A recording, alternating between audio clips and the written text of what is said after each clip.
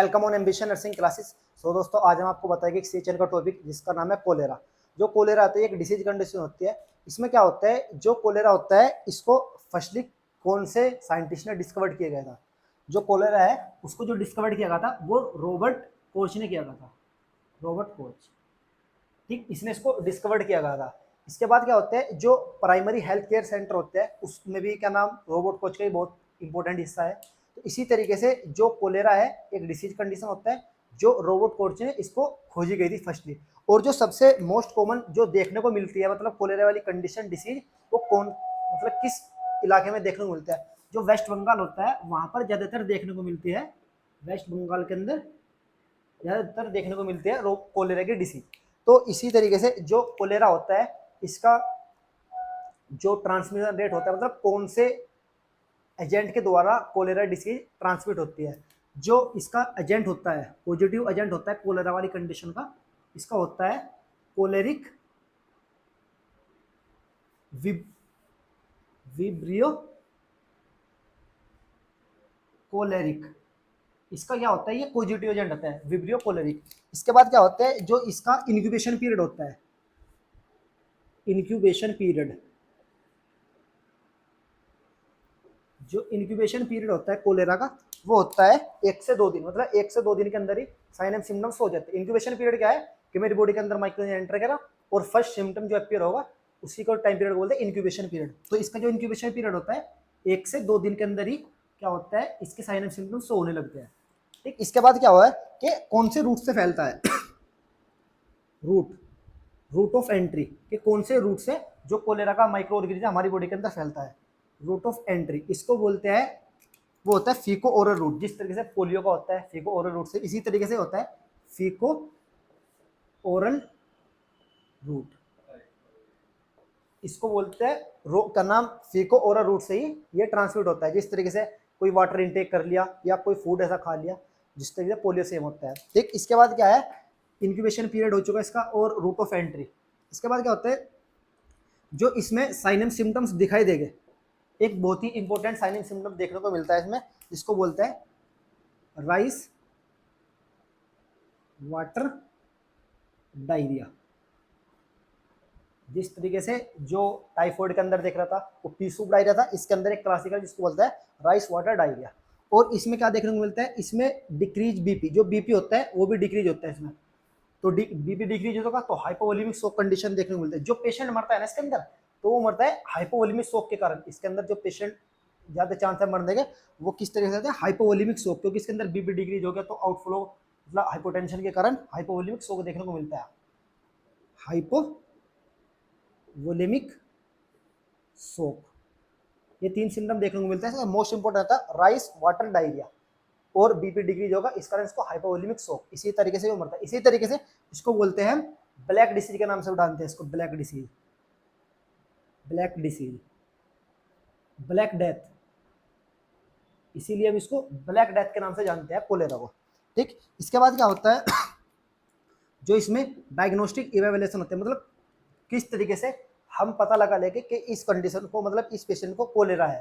तो इसका जो मतलब वो होता है डायग्नोस्टिक इवेल्युएशन, वो करते हैं स्टूल सैंपल करते हैं, स्टूल सैंपल करते हैं। और स्टूल सैंपल हम कौन से देते हैं, डिमिस्टिक मेथड, डिप स्टिक मेथड। इस मेथड से हम क्या करते हैं, जो स्टूल सैंपल करते हैं उसको कलेक्ट करते हैं डिपिस्टिक मेथड से, कोलेरा का सैंपल लेते हैं, ब्लड सैंपल लेते, स्टूल सैंपल लेते हैं। इसके बाद क्या होता है, इसमें जो ड्रग ऑफ चॉइस होती है, जो इसमें ड्रग ऑफ चॉइस होती है, अगर किसी पेशेंट को कोलेरा हो गया तो उसके अंदर हम कौन सी ड्रग ऑफ चॉइस देंगे, तो इसके अंदर देते हैं डॉक्सीसाइक्लिन।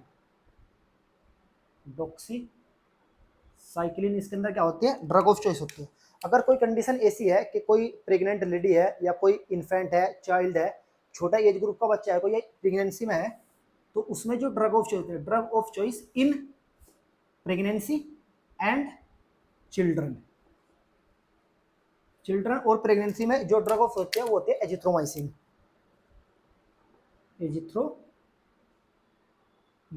इसमें होती है ड्रग ऑफ चॉइस। अगर हम इसको प्रोफाइलेक्सिस मैनेजमेंट देखें कि इसको मतलब प्रोफाइलेक्सिस का मतलब होता है कि डिसीज होने ना दे, उससे पहले उसका मैनेजमेंट कर देना। जिस तरीके से हम वैक्सीन वगैरह लगाते हैं, तो इसका जो प्रोफाइलैक्सिस मैनेजमेंट होता है, प्रोफाइलैक्सिस मैनेजमेंट, उसमें जो ड्रग देते हैं वो देते हैं हम टेट्रासाइक्लिन, उसके अंदर देते हैं टेट्रासाइक्लिन, टेट्रासाइक्लिन। और इसकी वैक्सीन वगैरह भी लगती है। जो इसकी वैक्सीन होती है, वैक्सीन जो कोलेरा की वैक्सीन होती है वो कौन सी होती है, वो एक तो किल्ड वैक्सीन होती है, मतलब जो माइक्रो ऑर्गेनिज्म किल्ड करके हमारी बॉडी के अंदर डालते हैं, वो एक होती है लाइव वाली, एक होती है किल्ड। तो इसके अंदर जो होती है ओनली किल्ड वैक्सीन होती है, ओनली इसमें किल्ड वैक्सीन देते हैं। और वो ओरल वाली होती है, मतलब ओरल रूट से हम देते हैं, ओरल रूट। जो हम कोलेरा की वैक्सीन देते हैं वो ओरली देते हैं, और वो वैक्सीन किल्ड वैक्सीन होती है। और इसका जो प्रो कीमोप्रोफाइलैक्सिस है तो वह टेट्रासाइक्लिन, और बच्चों और प्रेगनेंसी में एजिथ्रोमाइसिन देता है, ड्रग ऑफ चॉइस। और अगर वैसा एडल्ट में हो चुकी या रिप्रोडक्टिव वाली में कंडीशन में कि कोलेरा हो चुका, तो उसमें डॉक्सीसाइक्लिन। ठीक इसी तरीके से इसमें क्या है, एक इसकी ट्रिक बनाई गई है, जिस तरीके से कि जो कोलेरा है, CHOLERA,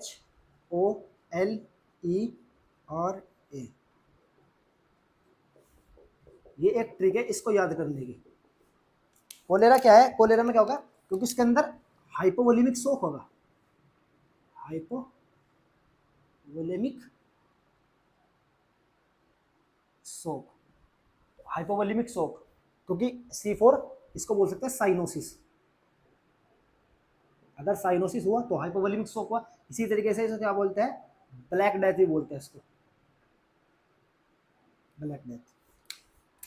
ठीक, जो O4 होता है उसको क्या बोलते हैं, H4 क्या होता है, हाइपोटेंशन। इसमें जो देखने को मिलते हैं वो क्या मिलते हैं, हाइपोटेंशन। इसका साइन सिम्टम होता है हाइपोटेंशन, इस कारण उसको हाइपोवोलेमिक शॉक होगा, इस कंडीशन में वो मरेगा।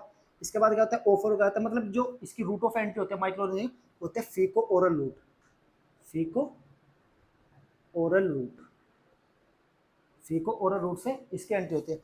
और इसमें जो मतलब कि टॉक्सिक इफेक्ट होता है वो एंटेरोटॉक्सिक होते हैं, एंट्रोटॉक्सिक, ये स्मॉल इंटेस्टाइन के ऊपर इफेक्ट करते हैं, एंट्रोटॉक्सिक। ठीक, R4 होता है इसमें राइस वाटर डायरिया देखने को मिलता है। और जो इसमें ये होती है एंटीबायोटिक देते हैं इसमें, मतलब ड्रग ऑफ चॉइस बोल सकते हैं इसका, एंटीबायोटिक। एंटीबायोटिक में हमने आपको दो बताई, एक हमने बताई एजिथ्रोमाइसिन, और एक हमने बताई आपको डॉक्सीसाइक्लिन। ये क्या होता है इसमें, ये एंटीबायोटिक देते हैं ड्रग ऑफ चॉइस। ये देते हैं हम किसमें, बच्चों और प्रेगनेंसी में, और ये देते हैं एडल्ट और रिप्रोडक्टिव एज में। L4 होता है लैब, मतलब कि कौन से मेथड से इन्वेस्टिगेशन ऑफ चॉइस करते हैं, तो इसमें करते हैं स्टूल सैंपल करते हैं, इसके अंदर स्टूल सैंपल।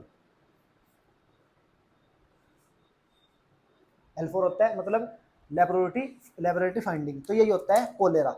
जो कोलेरा है जो वेस्ट बंगाल में सबसे ज़्यादा देखने को मिली, और रोबोट कोच के द्वारा इसको मतलब खोज की गई। इसकी मतलब जो जो निकाला गया रोबोट कोच ने इसको फाइंड आउट किया था। वेस्ट बंगाल में सबसे ज़्यादा देखने को मिलते हैं। इसका जो पॉजिटिव एजेंट होता है वो वेब्रियो कोलरिक होता है।